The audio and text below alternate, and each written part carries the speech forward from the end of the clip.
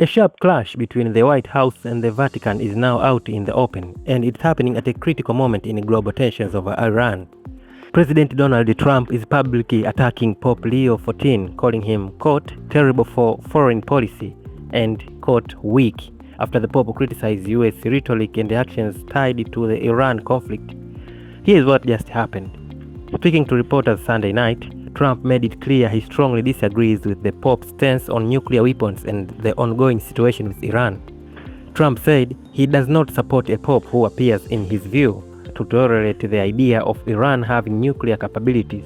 He also pushed back on Leo's criticism of US military threats, including a recent warning from Trump that, quote, a whole civilization could be at risk before a ceasefire was reached. This comes after Pope Leo, who has been increasingly vocal on global conflicts, condemned that kind of language. He called the threats against the entire population, quote, truly unacceptable, and urged a return to diplomacy and restraint. The disagreement is not just political, it's also deeply moral. On Palm Sunday, Pope Leo directly rejected the idea of using religion to justify war. He said Jesus represents peace and cannot be used to support military conflict. That message was seen as a response to statement from Trump and Defense Secretary Pete Hegseth, who have both referenced the faith while discussing the war effort. The tension escalated quickly. Trump took to Truth Social to double down, writing that the Pope is weak on crime and ineffective on foreign policy. He also criticized Leo's past comments on US action in Venezuela, where the Pope had called for stability and respect for the will of the people following US operations targeting leader Nicolas Maduro. At one point, Trump went further, suggesting Pope Leo was chosen partly because he is American and could influence US politics, an unusual and unverified claim about the Vatican's decision-making process. The Vatican did not stay silent. Senior official Father Antonio Spadaro responded by framing Trump's criticism as an attack on moral authority. He said the Pope speaks in a way that goes beyond politics, focusing on peace, justice, and human dignity value that, according to him, cannot be reduced to national interest or security strategies.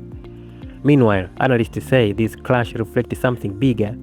Some experts believe Trump is reacting to Pope Leo's growing global influence. The Pope has gained attention not only for his stance on war, but also for immigration and international cooperation issues that directly intersect with US policy. A recent segment on 60 Minutes featured American cardinals backing the Pope's position, especially his opposition to aggressive military language and immigration crackdowns. That coverage may have added pressure as it brought the debate directly to US audience. There's also a political angle here.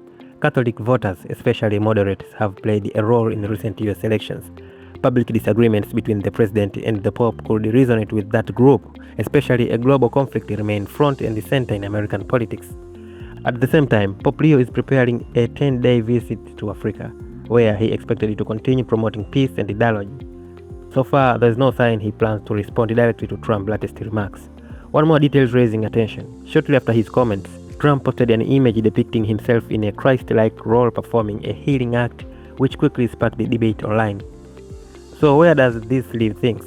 Have a rare and direct confrontation between US president and the global religious leader happening during an active international crisis involving Iran. It highlights a deeper divide, not just over policy, but over how power, faith, and leadership should be used on the world stage. This matters right now because it shapes how America presents itself globally, especially in moments of conflict and high-stake diplomacy.